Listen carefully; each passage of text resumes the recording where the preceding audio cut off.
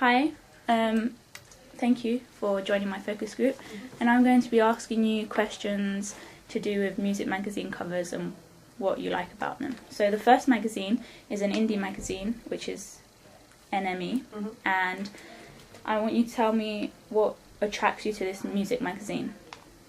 I think the most attractive thing about it is the red on the title and the little plus there, because the rest is all in black and white, so that the red really pops out. It makes it look really bold, and also the angle of gaze, so it's the fact that it's like the artist is looking at you. It sort of, if you were looking down the shelf, it would pull you in. Camilla? Yeah, same as the other two, with the NME bit being in red, because I feel like because it's the name of the magazine, it really stands out at you, so you can really see what it is, and you're like, oh yeah, it's that magazine I like, and it attracts you to buy it. So looking at this magazine, what do you think could be improved?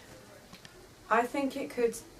I mean, I don't know, because I like the layout of it. I like the amount of text that's on there because it like has a nice shape and stuff. But I would say that you need to include more things that would be in there. Because at the moment, if I saw that on the shelf, I wouldn't think, oh, like I wouldn't pick it up, just because I think that there wouldn't really. It doesn't say that there's anything else in there that's going to attract me to it. So I probably wouldn't pick it up for that reason. Okay, so looking at that magazine, what would you say, if you was to pick it up in a store, what would influence you to buy it? Like, would it be the image, the text, what's in it, the colours?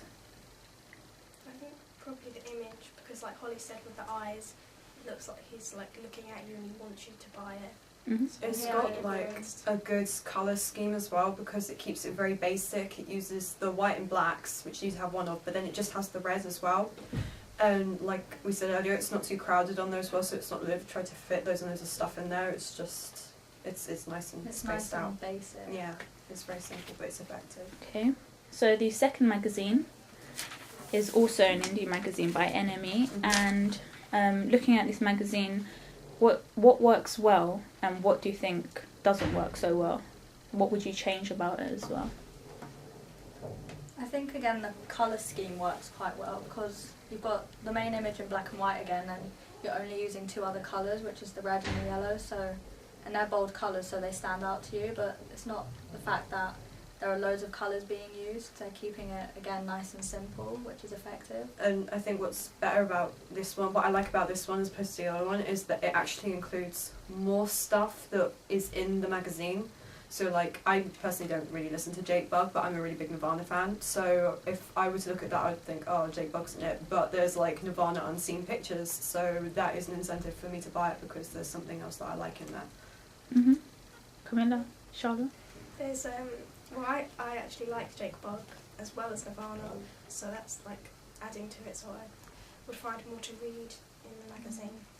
It's got a nice layout as well, like it's not too crowded Yeah. and there's not much I covering think- stuff. I think I prefer this layout to the one before, Yeah. because on the other one everything was sort of pushed over onto this side, whereas on this one you've got bits up there and then down and then in the middle and then more to the other side, so everything's spaced out, so it's not all cluttered, so you don't need to focus on one bit. You can actually look at the whole magazine and see what other things interest you.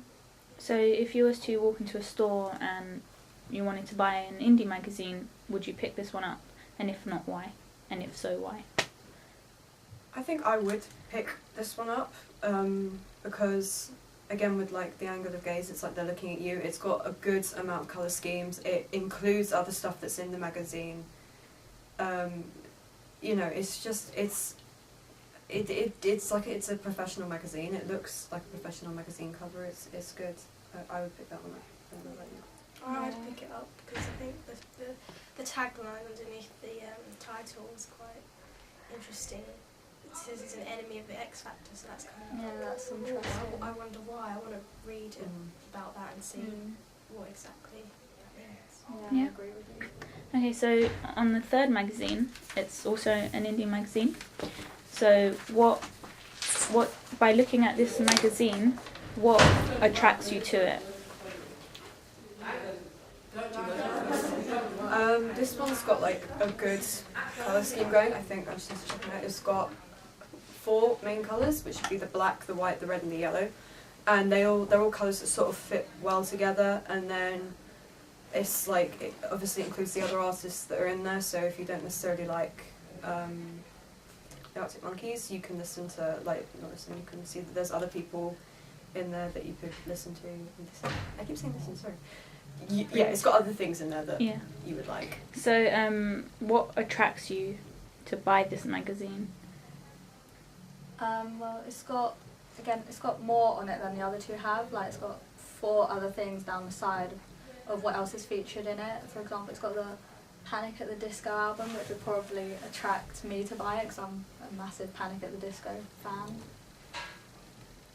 Personally, I'm not as attracted to this magazine because there's a lot of text down the side and it's like a bit too much, like, oh, I don't really want to read that much.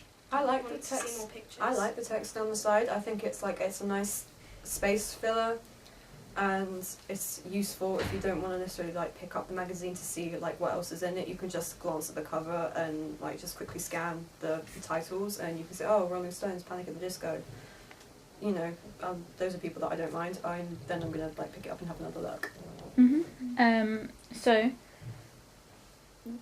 what do you think should be improved on this magazine? I think more pictures. Yeah, I More- agree. more I think pictures. there's a lacking in pictures on here. Just like the one main image, like I think it would be better even if they had something like across the bottom or on the top, Yeah, maybe, I or think something there's a like bit that. too much writing Yes, on it. It's too a bit much cluttered. text. Yeah. Especially here on their Yeah. chests, it's like building up and it's Mm. like just like above their heads and it's kind of off-putting. Mm.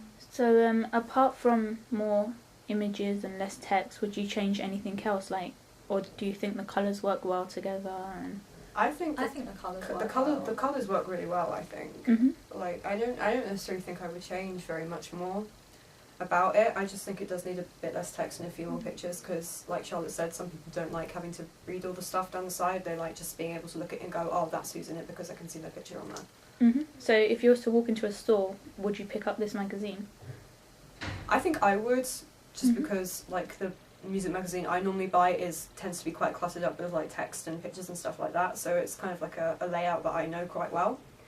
And I like the fact that it's sort of included like a variety of artists as well down the side. So it's like if you know you don't necessarily have to be a Panic at the Disco fan to get this magazine because it has other people in it that you might like.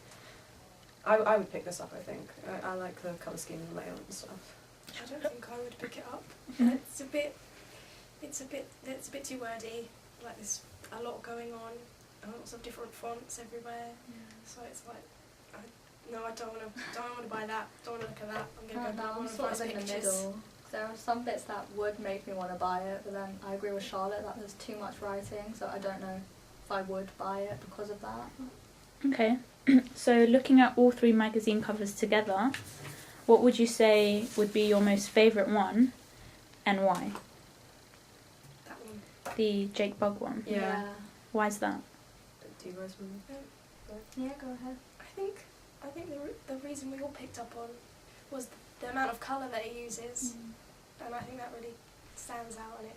And the fact that the writing's not cluttered Yeah. and you've got Yeah. more pictures included on it. There's like a nice balance between the amount of Writing and text and the amount of pictures. pictures Yeah. that they've put on there as well. Like in this one, because the writing is so small, you can't really read it properly. But this one is spaced out, so you can actually read it and see what the magazine's about and see if you actually want to buy it. Okay, thank you. Thank you No for problem. thank you for You're taking welcome. part in my focus group. It's fine.